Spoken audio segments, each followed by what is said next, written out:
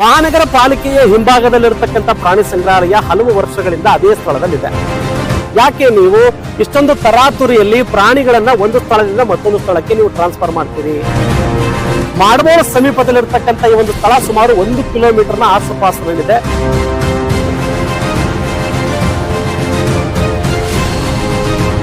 So ಅಲ್ಲಿಂದು compare ಮಾಡಿ ಇಲ್ಲಿ ಕಂಪೇರ್ ಮಾಡಿದ್ರೆ ಇಲ್ಲಿ ಇನ್ನೂ ಟೈಮ್ ಇದೆ.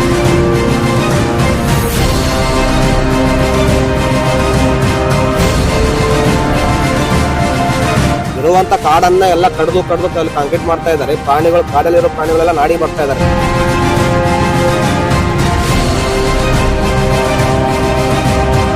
ಇಲ್ಲಿನ ವಾತಾವರಣಕ್ಕೆ ಆ ಒಂದು ಪ್ರದೇಶದ ಪ್ರಾಣಿಗಳು ಸೆಟ್ ಆಗುತ್ತೆ ಅಂತ ಅನ್ನೋದು 100ಕ್ಕೆ 100 ಸುಳ್ಳು.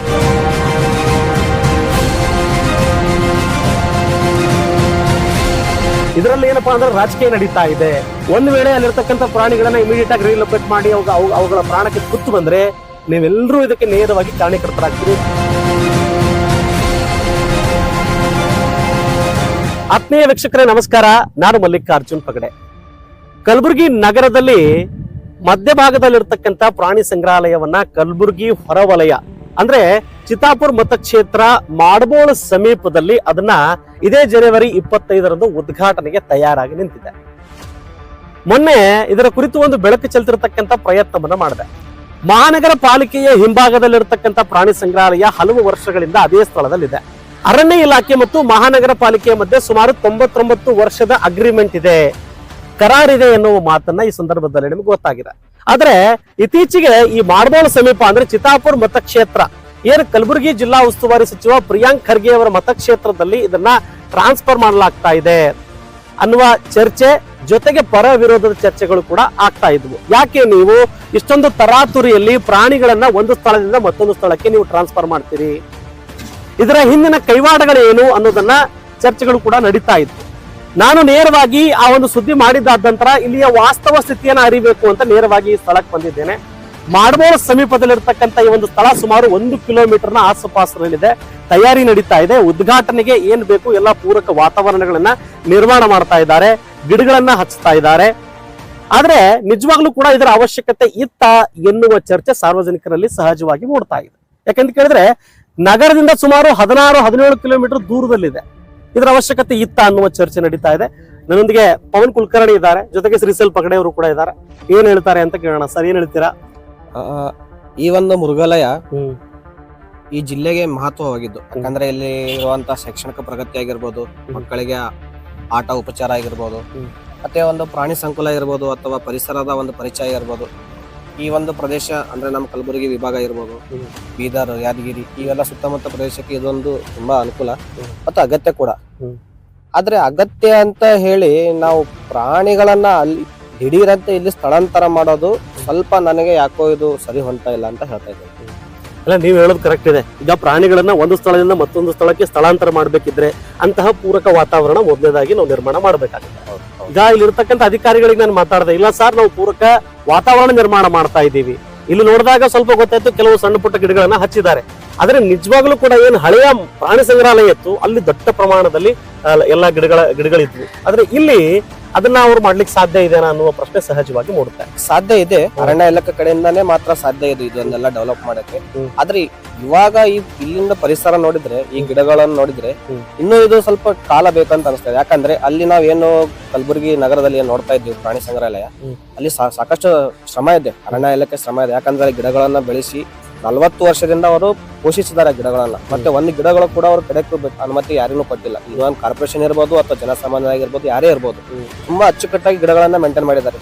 ಸೊ ಇವತ್ತಿನ ದಿನದಲ್ಲಿ ಆ ಒಂದು ಪರಿಸರ ಇವತ್ತು ನಮ್ಮ ಇಡೀ ಕಲಬುರಗಿ ನಗರಕ್ಕೆ ಎಷ್ಟು ಉಪಯೋಗ ಇದಪ್ಪ ಅಂದ್ರೆ, ಒಬ್ಬ ವ್ಯಕ್ತಿ ಅಥವಾ 10 ಜನಕ್ಕೆ ಒಂದು ಗಿಡ ಅಂತ ಅನ್ನುವಂಗೆ ಆಕ್ಸಿಜನ್ ಲೆವೆಲ್ ಅದು ಕಂಟ್ರೋಲ್ ಮಾಡುತ್ತೆ. ಇಡೀ ಗುಲ್ಬರ್ಗ ನಗರ ಅಥವಾ ಕಲಬುರಗಿ ನಗರ ಏನ್ ಹೇಳ್ತೇವಲ್ಲ, ಅದು ಆಕ್ಸಿಜನ್ ಏನಿದೆ ಅದೆಲ್ಲ ಕಂಟ್ರೋಲ್ ಮಾಡೋದು ಅದೇ. ಮತ್ತೆ ಇನ್ನೊಂದೇನಪ್ಪಾ ಅಂದ್ರೆ, ಬೇಸಿಗೆಯಲ್ಲಿ ಇಲ್ಲಿ ನೀವು ಸರಿಸುಮಾರು ನೋಡ್ತಾ ಇರ್ಬೋದು, ಕಾಮನ್ ಆಗಿ ಕಲಬುರಗಿಯಲ್ಲಿ ಯಾವಾಗಲೂ ಇರೋದು 42 to 48 ಅಂದ್ರೆ 42ರಿಂದ 48 ಡಿಗ್ರಿ ಸೆಲ್ಸಿಯಸ್ ಬಿಸಿಲು ಇರುತ್ತೆ. ಸೊ ಆ ಸಂದರ್ಭದಲ್ಲಿ ಪ್ರತಿಯೊಬ್ಬ ವ್ಯಕ್ತಿ, ಪ್ರತಿಯೊಂದು ಮಗು, ಪ್ರತಿಯೊಂದು ಗೃಹಿಣಿ, ಪ್ರತಿಯೊಂದು ಮಹಿಳೆ ಅಥವಾ ಸರ್ಕಾರಿ ನೌಕರ ಯಾರೇ ಇರ್ಬೋದು, ಫಸ್ಟ್ ಸಾಯಂಕಾಲ ಆದ ಕಡೆ ಬರೋದು ಮೊದಲಲ್ಲಿ ಗಾರ್ಡನ್ಗೆ, ಅಂದ್ರೆ ಅಲ್ಲಿ ಇರುವಂತ ಉದ್ಯಾನವನಕ್ಕೆ. ಸೊ ಆ ಒಂದು ಪರಿಸರದಲ್ಲಿ ತಮ್ಮ ಸ್ವಂತ ಫ್ಯಾಮಿಲಿ ಆಗಿರ್ಬೋದು ಅಥವಾ ಸ್ನೇಹಿತರಾಗಿರ್ಬೋದು ಅಥವಾ ಬೇರೆ ಯಾರೇ ಆಗಿರ್ಬೋದು, ಸೊ ಅವರೆಲ್ಲ ಬಂದಾಗ ಆ ಪರಿಸರ ನೋಡ್ತಾ ನೋಡ್ತಾ ಅಲ್ಲಿರುವಂತ ಮಕ್ಕಳಿಗೂ ಕೂಡ ಅವರು ಪ್ರಾಣಿಗಳ ಬಗ್ಗೆ ಪರಿಚಯ ಮಾಡ್ಕೊಡ್ತಾರೆ. ಸೊ ಇದು ಒಂದು ಅನುಕೂಲಕರ ವಾತಾವರಣ. ಸೊ ಅಲ್ಲಿಂದು ಕಂಪೇರ್ ಮಾಡಿ ಇಲ್ಲಿ ಕಂಪೇರ್ ಮಾಡಿದ್ರೆ ಇಲ್ಲಿ ಇನ್ನೂ ಟೈಮ್ ಬೇಕು. ಸುಮಾರು ನಂಗೆ ಅನ್ಸುವವರೆಗೆ ಇನ್ನೂ ಒಂದು 3 ರಿಂದ 5 ವರ್ಷ ಬೇಕು. ಯಾಕಂದ್ರೆ ಇಲ್ಲಿ ಏನು ಗಿಡಗಳು ಹಚ್ಚಿದ್ದಾರೆ, ಸರಿಯಾಗಿ ಹಚ್ಚಿದ್ದಾರೆ, ಅದ್ರ ಬಗ್ಗೆ ಏನು ಯಾವ್ದು ಬೇರೆ ಮಾತಿಲ್ಲ. ಬಟ್ ಈ ಬೆಳವಣಿಗೆ ಆಗ್ಬೇಕು. ಪ್ರಾಣಿಗಳಿಗೆ ಮೇನ್ ಬೇಕಾಗಿರೋದು ಗಿಡಗಳು, ಪರಿಸರ. ನೀವು ಎಷ್ಟೇ ಕಾಂಕ್ರೀಟ್ಗಳನ್ನು ಬೆಳೆಸಿ, ಎಷ್ಟೇ ಅವರಲ್ಲಿ ಗೂಡಲ್ಲಿ ಹಾಕಿ, ಏನೇ ಮಾಡಿ, ಇವಾಗ ನೋಡಿ ನೀವು ಈ ನಮ್ಮ ಮಂಗಳೂರು ಇರ್ಬೋದು, ಕಾರವಾರ, ಅಲ್ಲಿ ಸರಿಸುಮಾರು ಸಾಕಷ್ಟು ಫಾರೆಸ್ಟ್ ಇದೆ ಅಲ್ಲಿ. ಸೊ ಆದ್ರೂ ಕೂಡ ಯಾಕೆ ಅಲ್ಲಿ ಪ್ರಾಣಿಗಳು ಸಾಯ್ತಾ ಇದಾವಪ್ಪ ಅಂದ್ರೆ ಅಲ್ಲಿ ಪರಿಸರಕ್ಕೆ ಹೊಂದ್ಕೊಳ್ತಾ ಇಲ್ಲ, ಕಾಂಕ್ರೀಟ್ ಪರಿಸರ ಮಾಡ್ತಾ ಇದ್ದಾರೆ. ಇರುವಂತ ಕಾಡನ್ನ ಎಲ್ಲ ಕಡ್ದು ಅಲ್ಲಿ ಕಾಂಕ್ರೀಟ್ ಮಾಡ್ತಾ ಇದ್ದಾರೆ. ಕಾಡಲ್ಲಿರೋ ಪ್ರಾಣಿಗಳೆಲ್ಲ ನಾಡಿ ಬರ್ತಾ ಇದ್ದಾರೆ. ಸೊ ಇವಾಗ ಅರಣ್ಯ ಇಲಾಖೆ ಆಗಿರ್ಬೋದು, ಸರ್ಕಾರ ಆಗಿರ್ಬೋದು ಹರಸಾಹಸ ಮಾಡ್ತಾ ಇದೆ ಪ್ರಾಣಿಗಳನ್ನ ಅಲ್ಲಿ ಒಳಗಡೆ ಬಿಡ್ಬೇಕಂತೇಳಿ. ಆದ್ರೆ ಅಲ್ಲಿ ಇನ್ನೂ ಅದು ಪೂರಕ ವಾತಾವರಣ ಸಿಗ್ತಾ ಇಲ್ಲ ಪ್ರಾಣಿಗಳಿಗೆ. ಪ್ರಾಣಿಗಳು ಮೊದಲನೇದಾಗಿ ನ್ಯಾಚುರಲ್ ವಾತಾವರಣದಲ್ಲಿ ಇರೋದಕ್ಕೆ ಇಷ್ಟಪಡ್ತಾವೆ. ಆದ್ರೆ ಆ ಪ್ರಾಣಿಗಳನ್ನ ತಂದು ನಾವು ಜೂಗಳಲ್ಲಾಗಿರಬಹುದು, ಪ್ರಾಣಿ ಸಂಗ್ರಹಾಲಯದಲ್ಲಿ ತಂದು ಇಟ್ಟಾಗ ಅದಕ್ಕೆ ಬೇಕಾಗಿರ್ತಕ್ಕಂಥ ವಾತಾವರಣ ಸಿಗ್ಲಿಲ್ಲ ಅಂತಂದ್ರೆ ಅವು ಬಹಳಷ್ಟು ಸಮಸ್ಯೆ ಅನುಭವಿಸ್ತಾರೆ. ಇಲ್ಲಿನ ವಾತಾವರಣಕ್ಕೆ ಆ ಒಂದು ಪ್ರದೇಶದ ಪ್ರಾಣಿಗಳು ಸೆಟ್ ಆಗುತ್ತ ಅಂತ ಅನ್ನೋದು 100ಕ್ಕೆ 100 ಸುಳ್ಳು. ಸೊ ಇಲ್ಲಿ ಸೆಟ್ ಆಗ್ಬೇಕಪ್ಪ ಅಂದ್ರೆ ಸರಿಸುಮಾರು ಸಾಕಷ್ಟು ಸಮಯಾವಕಾಶ ಬೇಕು. ಈಗ ನೋಡಿ ಎಕ್ಸಾಂಪಲ್, ಈ ನಮ್ಮ ಕೊಂಚವರಂ ಫಾರೆಸ್ಟ್ ಇದೆ. ಸೊ ಅಲ್ಲಿ ಮೊದಲೊಂದು ಕಾಲದಲ್ಲಿ ಹುಲಿಗಳು ತಿರುಗಾಡಿದುವಂತ ಒಂದು ಕುರುಗಳು ಸಿಕ್ಕಿದಾವೆ. ಆದ್ರೆ ಇವಾಗ ಹುಲಿಗಳೇ ಇಲ್ಲ ಅಲ್ಲಿ ಇರೋದು ಬರೇ ಮಂಗಗಳು ಮತ್ತೆ ಜಿಂಕೆಗಳು ಅಷ್ಟೇ ಇದಾವೆ. ಆ ಜಿಂಕೆಗಳು ಯಾವಪ್ಪ ಅಂದ್ರೆ ಸರಿ ನಾವು ಎಲ್ಲಾ ಹೊಲಗಳಲ್ಲಿ ನೋಡ್ತೇವಲ್ಲ, ಅದು ಒಂದು. ಅದೇ ಚುಕ್ಕಿ ಜಿಂಕೆ ಆಗಿರ್ಬೋದು, ಬೇರೆ ಜಾತಿ ಜಿಂಕೆಗಳು ಅವೆಲ್ಲ ಬದುಕೋದಿಲ್ಲ. ಅವು ಮಾನವರ ಜೊತೆ ಅವು ಬದುಕೋದಿಲ್ಲ. ಯಾಕಪ್ಪ ಅಂದ್ರೆ ಆ ಜಿಂಕೆಗಳು ಯಾವ ರೀತಿಯಪ್ಪ ಅಂದ್ರೆ ಮಾನವರ ಕಂಡ್ರೆ ಹೆದರ್ಕೊಳ್ತಾವೆ. ಅವು ಹೆದರ್ಕೊಂಡು ಪ್ರಾಣನ ಬಿಡ್ತಾವೆ. ಅವು ಕೆಲವೊಂದು ಪಕ್ಷಿಗಳು ಕೂಡ ಅದೇ ರೀತಿ. ಅಲ್ಲಿ ಕೆಲವೊಂದು ಪಕ್ಷಿಗಳು ಕಾಣ್ತವೆ, ಕೆಲವೊಂದು ಪಕ್ಷಿಗಳು ಕಾಣ್ತಾ ಇಲ್ಲ ಇವಾಗ. ಇದು ಎಲ್ಲಾ ಪರಿಸರ ದುಶ್ಚಟ ಅಂತ ಹೇಳ್ಬೋದು ಅಷ್ಟೇ. ಈಗ ಮೊದಲನೇದಾಗಿ ಪ್ರಾಣಿಗಳನ್ನ ಒಂದು ಸ್ಥಳದಿಂದ ಮತ್ತೊಂದು ಸ್ಥಳಕ್ಕೆ ಹೋಗ್ಬೇಕಂದ್ರೆ ವಾತಾವರಣ ಬಹಳಷ್ಟು ಪ್ರಮುಖವಾಗಿರ್ತಕ್ಕಂಥದ್ದು. ಸರ್ ಅವರು ಏನ್ ಹೇಳ್ತೀರಿ? ಇದರಲ್ಲಿ ಸಾಕಷ್ಟು ರಾಜಕೀಯ ಚರ್ಚೆ ನಡೀತಾ ಇದೆ ಈ ಪ್ರಾಣಿ ಸಂಗ್ರಹಾಲಯದ ಕುರಿತು. ಕೆಲವರು ಪರ ಮಾತಾಡಿದ್ರೆ, ಕೆಲವರು ವಿರೋಧ ಮಾಡ್ತಾ ಇದ್ದಾರೆ. ವಿರೋಧ ಮಾಡಕ್ ಕಾರಣ ಏನಪ್ಪಾ ಅಂತ ಕೇಳಿದ್ರೆ, ನೀವು ನಗರವನ್ನ ಬಿಟ್ಟು ಸುಮಾರು 15-16 ಕಿಲೋಮೀಟರ್ ಹೊರಗಡೆ ಹೋಗ್ತಾ ಇದ್ದೀರಿ. ಮೇಲಾಗಿ ಇದು ಚಿತ್ತಾಪುರ ಮತಕ್ಷೇತ್ರದ ವ್ಯಾಪ್ತಿಗೆ ಬರುತ್ತೆ. ಇದರಲ್ಲಿ ಏನಪ್ಪಾ ಅಂದ್ರೆ ರಾಜಕೀಯ ನಡೀತಾ ಇದೆ.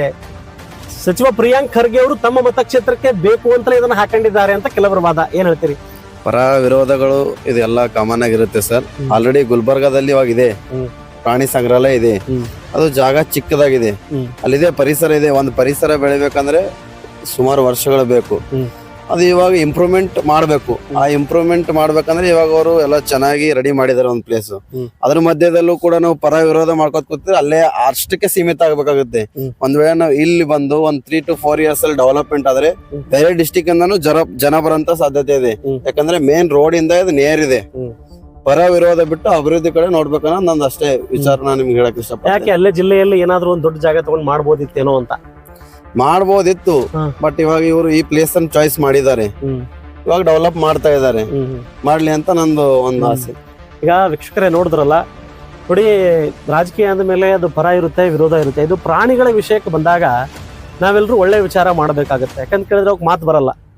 ಅವಕ್ಕೆ ಏನ್ ಬೇಕು ಅಂದ್ರೆ ಪೂರಕ ವಾತಾವರಣ ಬೇಕು. ತಾವು ಬದುಕಲಿಕ್ಕೆ ಬೇಕಾಗಿರ್ತಕ್ಕಂಥ ಟೆಂಪರೇಚರ್ ಆಗಿರ್ಬೋದು, ಕುಡಿಯೋದಕ್ಕೆ ನೀರಾಗಿರ್ಬೋದು, ತಿರುಗಾಡೋದಕ್ಕೆ ಸ್ವಚ್ಛ ಗಾಳಿ ಬೇಕು. ಇದೆಲ್ಲವನ್ನ ಒಂದು ವೇಳೆ ಈ ಪ್ರದೇಶದಲ್ಲಿ ಸಂದರ್ಭದಲ್ಲಿ ನಾವು ಬಂದಿರತಕ್ಕಂಥ ಸ್ವಲ್ಪ ಕಾಣಿಸ್ತಾ ಇದೆ. ಆದ್ರೆ ಇದನ್ನ ಡೆವಲಪ್ಮೆಂಟ್ ಮಾಡಬೇಕು ಅಂತಂದ್ರೆ it will take a time, ಸಮಯ ಬೇಕು. ಯಾವ್ದಾದ್ರು ಕೂಡ ನಿರ್ಮಾಣ ಮಾಡಬೇಕು ಅಂದ್ರೆ ಇದಕ್ಕೆ ಸಮಯ ಬೇಕಾಗುತ್ತೆ. ಆದ್ರೆ ಆ ಸ್ಥಳಗಳಿಂದ ಪ್ರಾಣಿಗಳನ್ನ ಇಮಿಡಿಯೇಟ್ ಆಗಿ ರಿಲೊಕೇಟ್ ಮಾಡ್ತಿರ್ತಕ್ಕಂಥದ್ದು ಒಂದು ವೇಳೆ ಅವ್ರು ಏನಾದ್ರು ನಿರ್ಧಾರ ಮಾಡಿದ್ರೆ ಇದು ತಪ್ಪು ನಿರ್ಧಾರ ಅಂತ ನನಗೂ ಅನ್ಸುತ್ತೆ. ಯಾಕಂತ ಕೇಳಿದ್ರೆ ಇಮಿಡಿಯೇಟ್ ಆಗಿ ಎಲ್ಲಾ ಪ್ರಾಣಿಗಳನ್ನ ಒಂದೇ ಬಾರಿಗೆ ತಂದಲ್ಲಿ ಬಿಟ್ರೆ ಸಾಕಷ್ಟು ಕನ್ಫ್ಯೂಷನ್ ಅಲ್ಲಿ ಹೆದರ್ಕೊಂಡು ಎದೆ ಹೊಡ್ಕೊಂಡು ಜೀವ ಕಳ್ಕೊತಿರ್ತಕ್ಕಂಥ ಎಲ್ಲ ಸಂದರ್ಭಗಳಿದಾವೆ. ಆದ್ರೆ ಒಟ್ಟಾರೆಯಾಗಿ ಇದೇನು ಸುಮಾರು ಚಿತ್ತಾಪುರ ಮತಕ್ಷೇತ್ರದಲ್ಲಿ ನಿರ್ಮಾಣ ಮಾಡುತ್ತಿದ್ದಾರೆ, ಇದೇ ಜನವರಿ 25ರಂದು ಉದ್ಘಾಟನೆ ಆಗುವ ಎಲ್ಲ ಲಕ್ಷಣಗಳಿದಾವೆ. ಅದಕ್ಕೆ ತಯಾರಿ ಕೂಡ ಈ ಸಂದರ್ಭದಲ್ಲಿ ನಡೀತಾ ಇದೆ.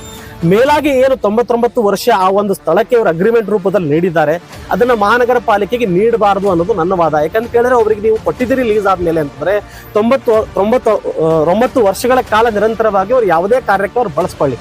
ಯಾರು ಈಗ ಸಂಬಂಧಪಟ್ಟಿರ್ತಕ್ಕಂಥ ಇಲಾಖೆಯವರು. ಅದನ್ನ ಬಿಟ್ಟು ನೀವು ಇಮಿಡಿಯೇಟ್ ಆಗಿ ನಿಮ್ಮ ಸ್ವಾರ್ಥಕ್ಕಾಗಿ ಒಂದ್ ವೇಳೆ ನೀವು ತೆಗೆದುಕೊಂಡ್ರೆ ಆ ಒಂದು ವಾತಾವರಣ ಸಂಪೂರ್ಣವಾಗಿ ಹಾಳು ಮಾಡಿದ್ರೆ ಅದಕ್ಕೆ ನೇರವಾಗಿ ಮಹಾನಗರ ಪಾಲಿಕೆ ಅವರಾಗಿರ್ಬೋದು ಅಥವಾ ಅರಣ್ಯ ಇಲಾಖೆಯ ಅಧಿಕಾರಿಗಳಾಗಿರ್ಬೋದು ಅದಕ್ಕೆ ನೇರವಾಗಿ ಕಾರಣೀಕರ್ತರಾಗ್ತಾರೆ.